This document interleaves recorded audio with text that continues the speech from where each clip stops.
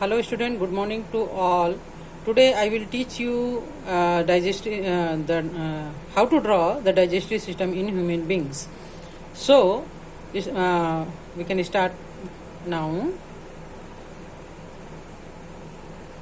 Digestive system in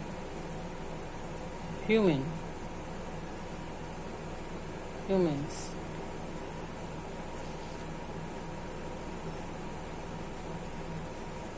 I teach you how to draw the digestive systems. First of all, we chew the food in our mouth. So we start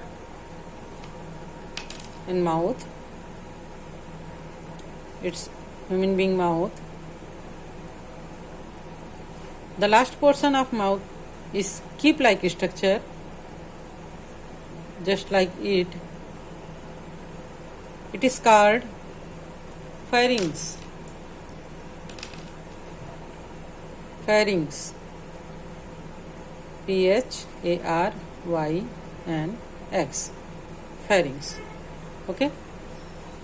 Then, when we chew our food, it likes semi-solids, bowls, and it goes to pipe-like structure.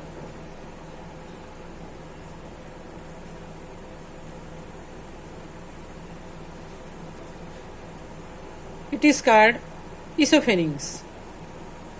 Esophagus.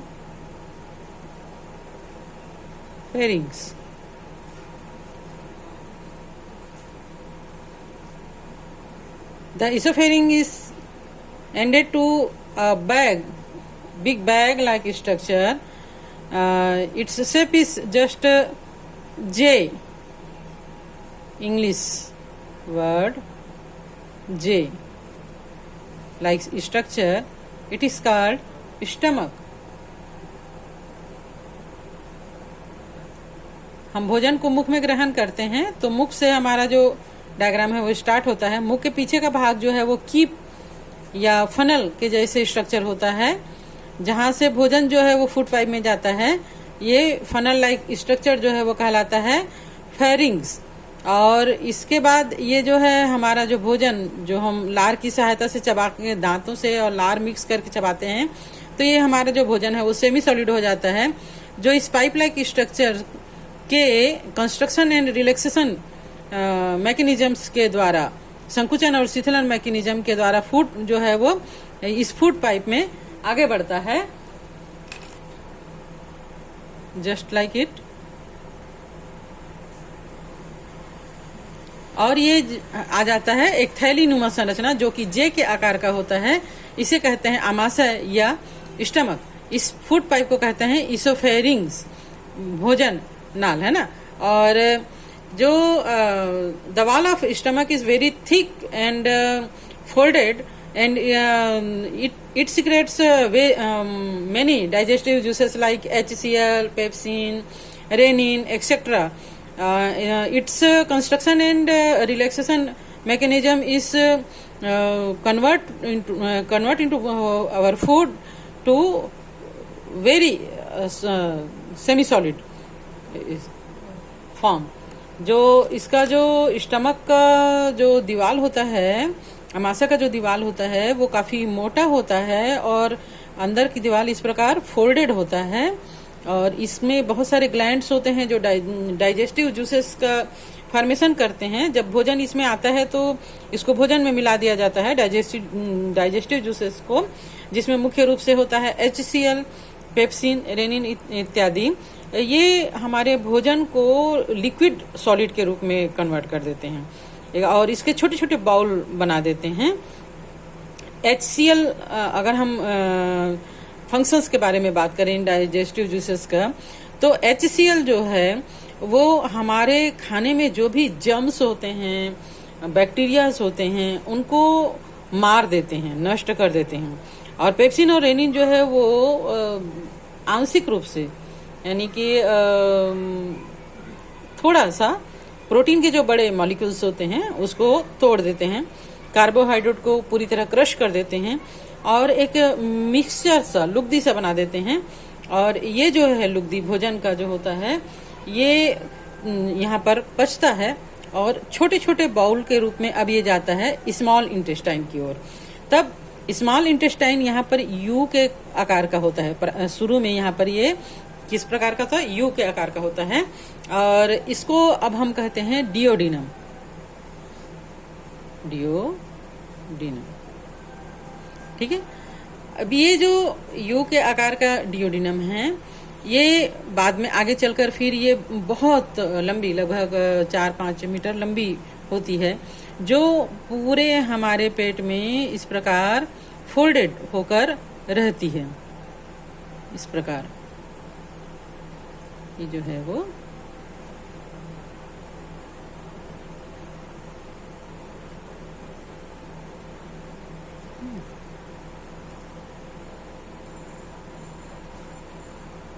इस प्रकार हमारे पेट में ये जो है ये folded होकर रहती है, ठीक है। इसको कहते हैं स्मॉल इंटेस्टाइन। ये है स्मॉल इंटेस्टाइन। अब ये जो डियोडिनम वाला भाग हम देख रहे हैं, नली के आकार का भाग देख रहे हैं, यहाँ पर दो स्ट्रक्चर, एक जो है वो काफी बड़ा ग्लैंड्स होता है, जस्ट लाइक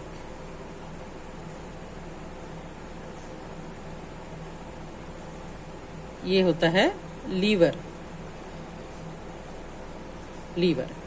ठीक है। ये हमारे बॉडी का सबसे बड़ा ग्लैंड है, डाइजेस्टिव ग्लैंड है, ठीक है। अब इस लीवर में हरे रंग का लिक्विड का फॉर्मेशन होता है, जिसको कि बाइल या पित्त कहा जाता है। ये पित्त जो है, जब यहाँ पर खाना रहता है तो यहाँ पर डक्ट होता है, इस डक्ट से, है ना, ये कॉमन डक्ट यहाँ पर खुलता है, ये इसका डक्ट हो गया। इस डक्ट के पहले अगर ये खाना नहीं है तो इसमें बना हुआ जो बाइल होता है, यहाँ पर इस प्रकार थैली नुमा संरचना होता है, जिसको कहते हैं गाल ब्लैडर। गाल ब्लैडर, पित्ताशय, पित्त की थैली, ठीक है। यहाँ पर ये जमा हो जाता है और जब भोजन यहाँ पर आ जाता है, खाना आ जाता है, तो फिर से ये डक्ट में इसको डाल के यहाँ पर पहुंचा दिया जाता है। अब ये डक्ट को मैंने यहाँ पर पूरा क्यों नहीं जोड़ा है, क्योंकि यहाँ पर एक और डक्ट इससे मिलता है और कॉमन रूप से यहाँ पर खुलता है ना। तो यहाँ पर क्या होता है, यहाँ पर एक और बड़ा ग्लैंड पैनक्रियाज, इस प्रकार, है ना। आई जस्ट ड्रॉ, ये पिंक कलर का है स्ट्रक्चर होता है पैनक्रियाज, ठीक है। यहाँ पर पैनक्रियाज, तो पैनक्रियाज में बना हुआ डाइजेस्टिव जूस और लीवर में बना हुआ डाइजेस्टिव जूस, ये दोनों के डक्ट यहाँ पर मिल जाते हैं और दोनों मिक्स होकर यहाँ पर डियोडिनम में आए हुए फूड का डाइजेशन कर देते हैं, ठीक है। हमने पहले आपको बताया था कि यहाँ पर जो है ये जो फूड होता है, इसमें ये जो है वो HCl एसिड है और इस HCl का मान जो है वो यहाँ पर HCl, pepsin, rennin etcetera digestive juice बनता है। तो HCl क्या है, एसिड है। इसका जो वैल्यू होता है 1 to 3 pH तक होता है। हमारे जो स्टमक है उसका HCl का जो वैल्यू होता है वो 1 to 3 pH। इसका pH मान आप लोगों ने पढ़ा होगा केमिस्ट्री में, pH मान क्या होता है, एसिड और बेसिक के उसको मापने का एक पैमाना होता है ना, स्केल होता है। तो इसका जो मान होता है, तो ये हमारा यहाँ पर जो फूड है जो हमने खाया है, जिसका डाइजेशन हो रहा है, वो बहुत ज्यादा एसिडिक हो जाता है। इस एसिडिक फूड को ये जो लीवर और पैनक्रियाज से डाइजेस्टिव जूस आता है, वो यहाँ पर डियोडिनम में, जो कि एक स्मॉल इंटेस्टाइन का ही भाग है, वो एल्कलाइन कर देता है। एल्कलाइन यानी क्षारी कर देता है और इसका जो वैल्यू होता है वो 7 से 8 के मध्य होता है।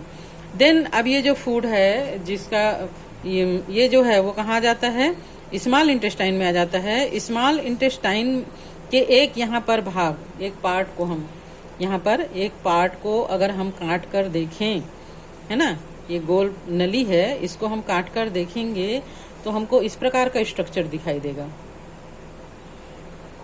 इसमें इस प्रकार फिंगर लाइक स्ट्रक्चर पूरे डाइजेस्टिव सिस्टम के पाइप में होता है, जिसको हम कहते हैं विली, VILLI, विली या विलाई, या हिंदी में सूक्ष्मांकुर, सूक्ष्मांकुर।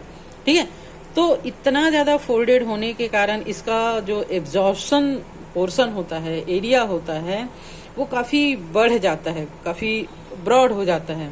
और इस प्रकार हमारे द्वारा लिए गए जो फूड है उसका मैक्सिमम पार्ट जो है वो डाइजेस्ट होता है और उसका एब्जॉर्प्शन हो पाता है और उसका अवशोषण हो पाता है।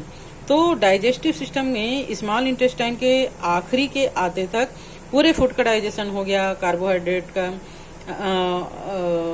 फैट्स का, प्रोटीन्स का, विटामिन का, और मैक्सिमम ऑब्जॉर्प्शन भी हो गया, है ना। यहाँ पर डाइजेशन मतलब क्या होता है कि जो हम फूड के बड़े पार्ट लेते हैं, बिग पार्ट्स जो होते हैं, उसको स्मॉल पार्ट में कन्वर्ट कर देना, ये हम पूरा प्रोसेस डाइजेशन का पढ़ चुके हैं। यहाँ पर हम केवल ड्रॉ करना सीख रहे हैं। तो अब यहाँ पर हम आ गए हैं स्मॉल इंटेस्टाइन में, जहाँ पर स्मॉल इंटेस्टाइन लार्ज इंटेस्टाइन से में मिलता है। यहाँ पर एक हुक लाइक स्ट्रक्चर होता है इस प्रकार। ठीक है, ये जो है वो हुक लाइक स्ट्रक्चर होता है ना। इस हुक लाइक स्ट्रक्चर को कहते हैं अपेंडिक्स।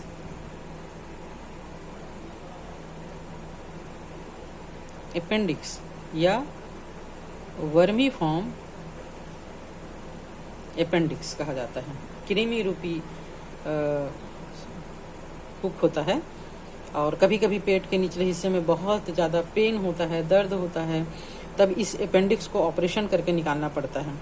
जब ह्यूमन बींग्स वेजिटेबल खाता था तो ये यहाँ पर जो भी तत्व बनते हैं वो सेलुलोज को पचाने के लिए जरूरी होता था। लेकिन चूंकि अब हम फूड को कुक करके खाते हैं, पका कर खाते हैं, तो इसकी हमको अभी जरूरत नहीं है, आवश्यकता नहीं है। तो ये धीरे धीरे जो है वो फॉसिस के रूप में कन्वर्ट हो गया है ना, अवशेष के रूप में कन्वर्ट हो गया। अब हमारे बॉडी में इसका कोई काम नहीं है। अब यहाँ से स्टार्ट होता है लार्ज इंटेस्टाइन। तो लार्ज इंटेस्टाइन जो है वो इस प्रकार इसके ऊपर से घूम कर आता है और ये यहाँ से ये लार्ज इंटेस्टाइन स्टार्ट होता है इस प्रकार। ठीक है,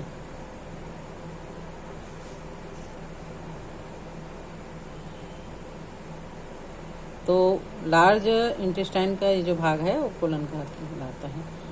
ये हो गया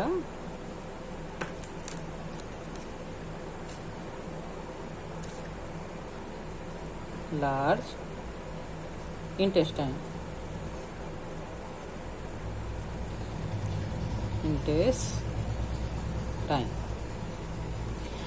हमारे द्वारा लिया गया जो भोजन है, खाना है, वो यहाँ तक पच चुका है और जितना हमारे बॉडी को एब्जॉर्ब करना था वो कर चुका है।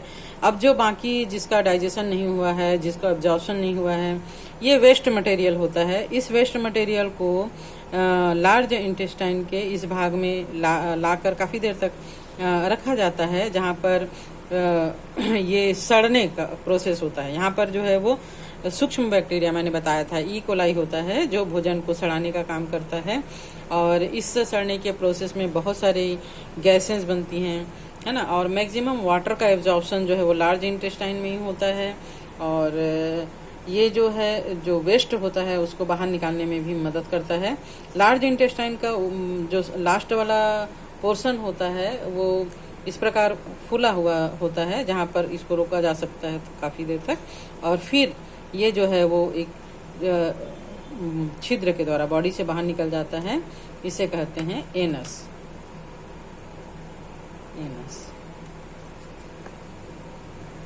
ठीक है, ये है आपका पैनक्रियाज। पैनक्रियाज। ठीक, तो आज हमने सीखा डाइजेस्टिव सिस्टम का डायग्राम किस प्रकार बनाना है। तो आप लोग डाइजेस्टिव सिस्टम के डायग्राम का प्रैक्टिस कीजिए, ये इम्पोर्टेंट है, बोर्ड एग्जाम में आता है। वैसे ना भी आए तो भी आपको सीखना तो चाहिए ही डाइजेस्टिव सिस्टम, है ना, और इसका डायग्राम को, ताकि आपको ये जो है वो ज़्यादा बेटर तरीके से समझ में आ सके। Okay guys.